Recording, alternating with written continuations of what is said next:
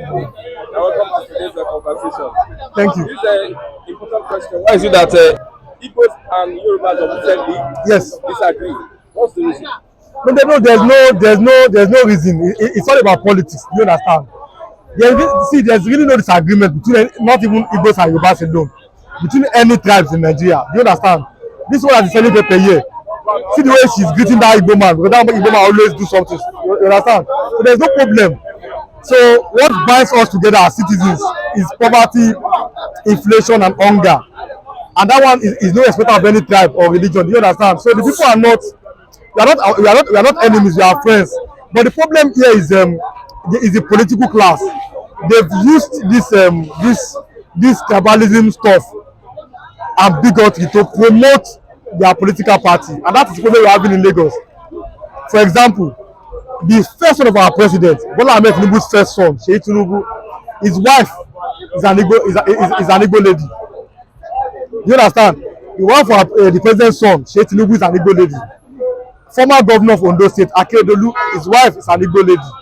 One of the politicians in Ondo State too, coming from APC, Olusola Oke, his wife too, one of his wife is an Igbo lady. So there's really no problem between Yoruba and Igbo people. You can see them, they are friends, they are doing business.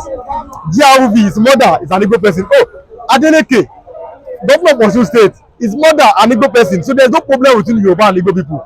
They are friends. But then the politicians are trying to create divisions for their political selfishness.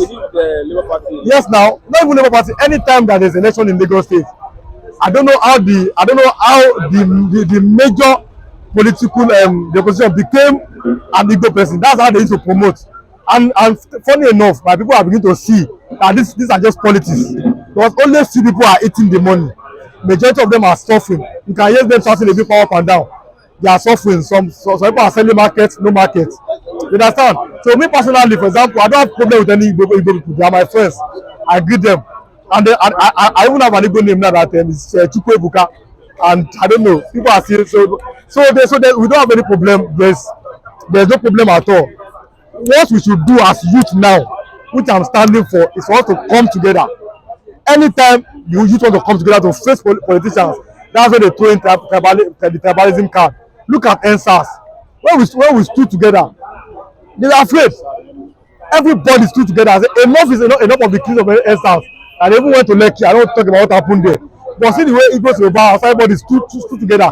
So if the youth can start together like that, but they will start together because of some people have been giving 5,000 and Amala and Ewedu and Ogogo and all those things to drink. After digging them, they change their mind and they start seeing their fellow brothers as enemies. There's no problem here. See the shops in Lagos. Igbo people they are there. In my side in Oshodi, there are many Igbo people there.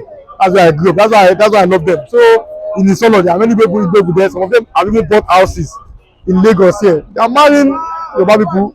They are married. So there's no problem. We should just stand up against the political class. They are our enemies. I want my own people know, especially my Yoruba people, until they know that these politicians are our enemies. They are the ones that are trying to promote hatred, to promote divisions among Yorubas and Igbos. So just for their selfish political gain. And let me tell you, ask anybody that's abroad. Anytime you go abroad, you are in UK, US, Canada, Japan, why is it that there's no tribalism there? Anytime Nigerian people go abroad, there's no tribalism. They see themselves as one.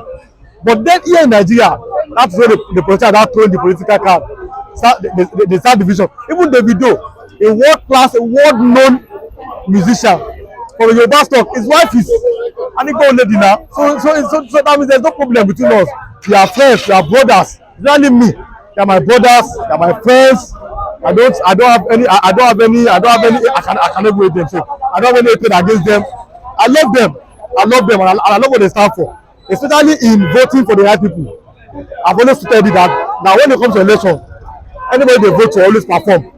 Anybody they vote against, they voted for Obasanjo, he performed. Yeah, Adua, he did well before he died. God rest his soul. Jonathan did well. They voted against Buhari. He saw how people support Buhari. They voted against this our president now. You see what's happening now. So that means they have IQ for business and it's good. I understand. Thank you. What's happening? Of Ogbaland, yes, the East Colorado. Yes, we are back again West side.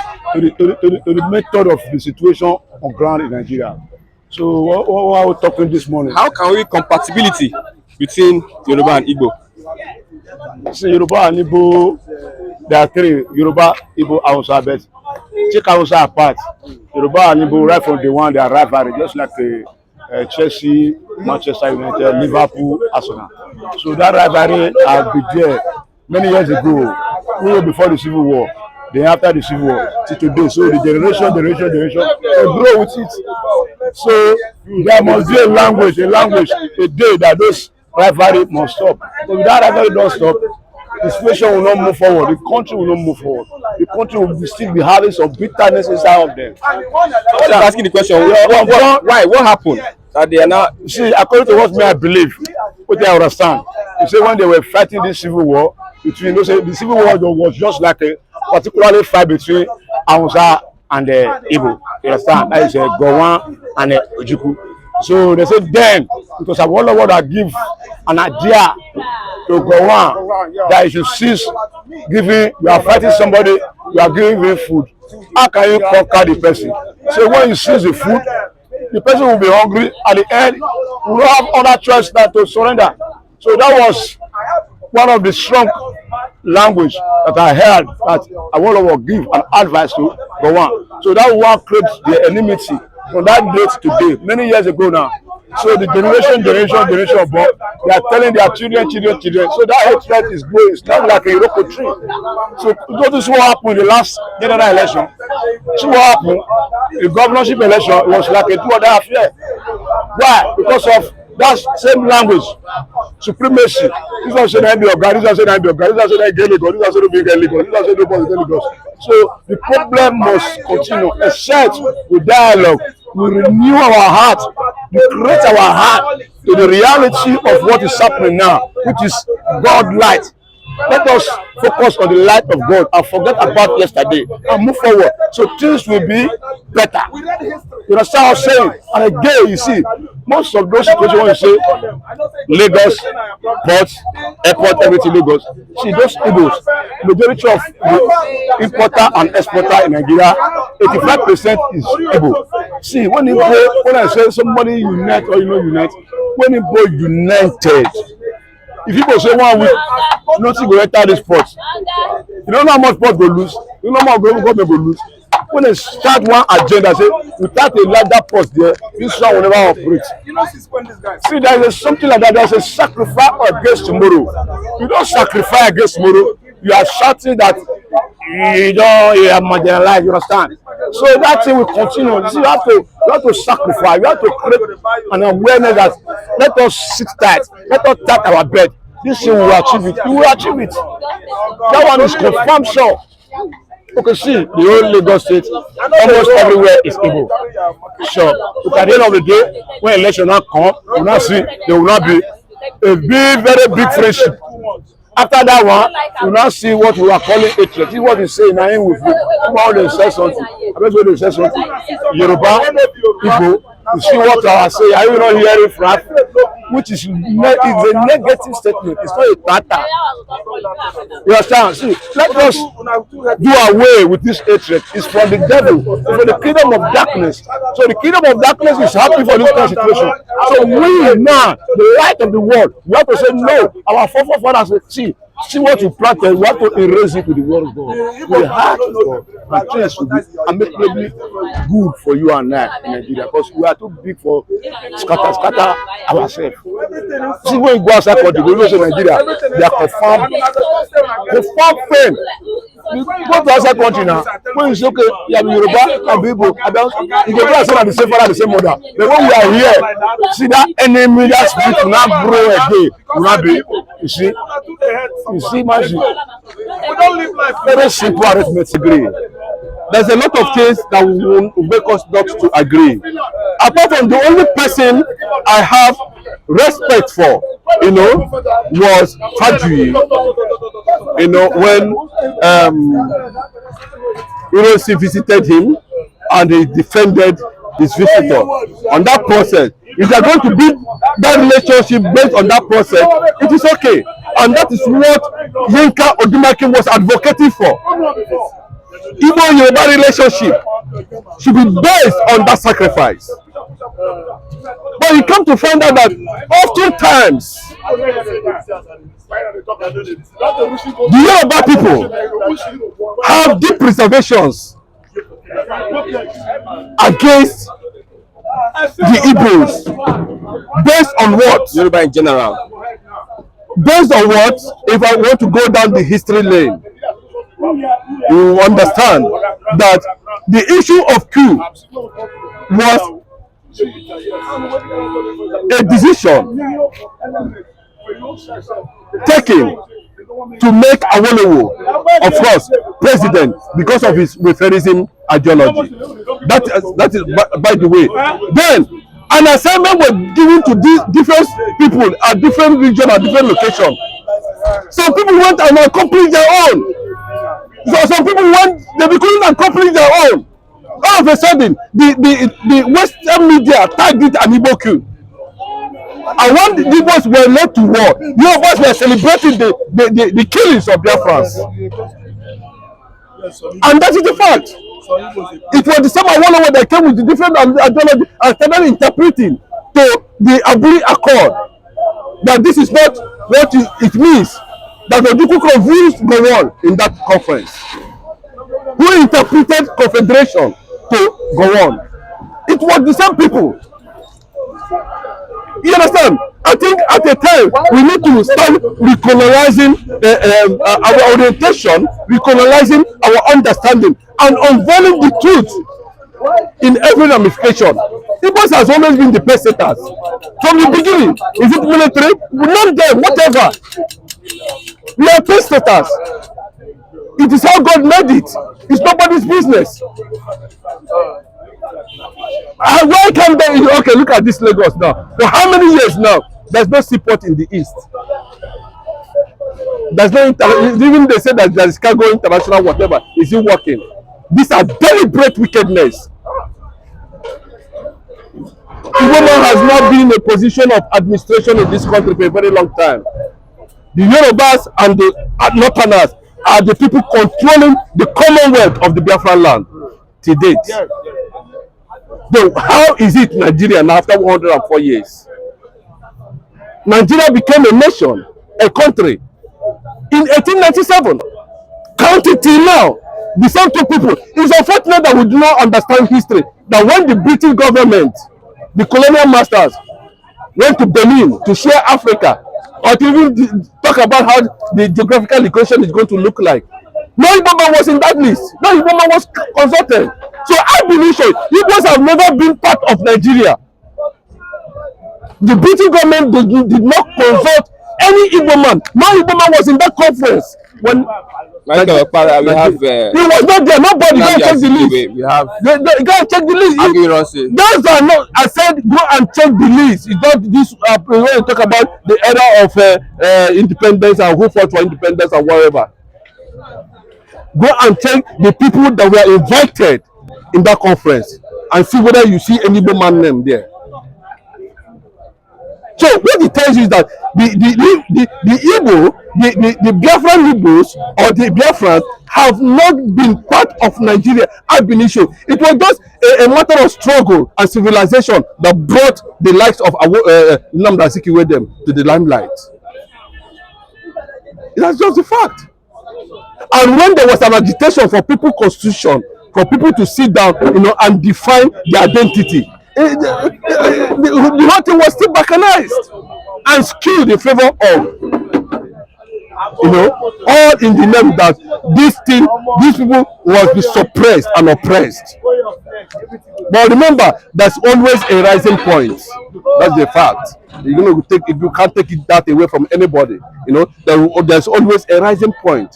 The time will come when people will begin to ask questions. When generations will come, they will begin to ask questions. What happened and how? What? Okay, let me tell you. Even when we were growing up, could you ever believe? Sometime, somewhere, somehow, somebody from a Yoruba land will come out and say that they want Oduduwa Republic. What does that mean? No, I'm asking you. What does that mean? Do you ever? So because generations comes and they begin to ask questions. What happened? They want to know their history. They want to define themselves. They want to know where they're coming from. And that's the fact. People will ask questions. That's why people are asking questions. There was a country. It's a matter of defining who you are. It's a matter of the identity of a race. It's a matter of tribe. It's a matter of race. So until we get to that point and begin to see things the way they are, normally, if you look at it on a good note, everybody should stay on their own. No, that's the truth. Do you know how many years now they have built the airport here, built the seaport here, and where they have waters, coastal area, there's no seaport there, and you say it's not deliberate, and they are bragging in Lagos. Do you have any former? Lagos is the former capital. The oil wealth and the Biafran wealth is still prominent in this land. Nobody will take that away. Nigeria has no source of income apart from that mono economy called oil, crude oil. That's what they are using to still build everywhere in Lagos. That is just the truth. Okay, this dispensation, Igbos and Yorubas don't agree. They don't have to agree. Thank you for going to that. You see, the problem we are having is from our Igbo brothers is the knowledge, the history of Biafra. None of them were not born then. They just jump on the gun and start, Biafra. What happened? And I can easily tell you. How many years was the war? Give me time. Yoruba has no problem with Igbo during the civil war. It was Hausa and Igbo fighting civil war, right? And the Yoruba went on solidarity with some Igbo guys. Even with Ojukwu, there's one man, Aluko, a professor of economics, right? He is an erudite friend of Ojukwu. He went to Ojukwu bunker to consult with Ojukwu in his Abia bunker. And this fascist generation of the Igbos that are coming up, they don't know history. I'm free, and I can still say it all over and over. They don't know history, and that's why they remove history. They don't that is the reason, because what they poison into the youth of the Igbo is the Yoruba that did not make that Biafra to succeed, right? And it's not like that.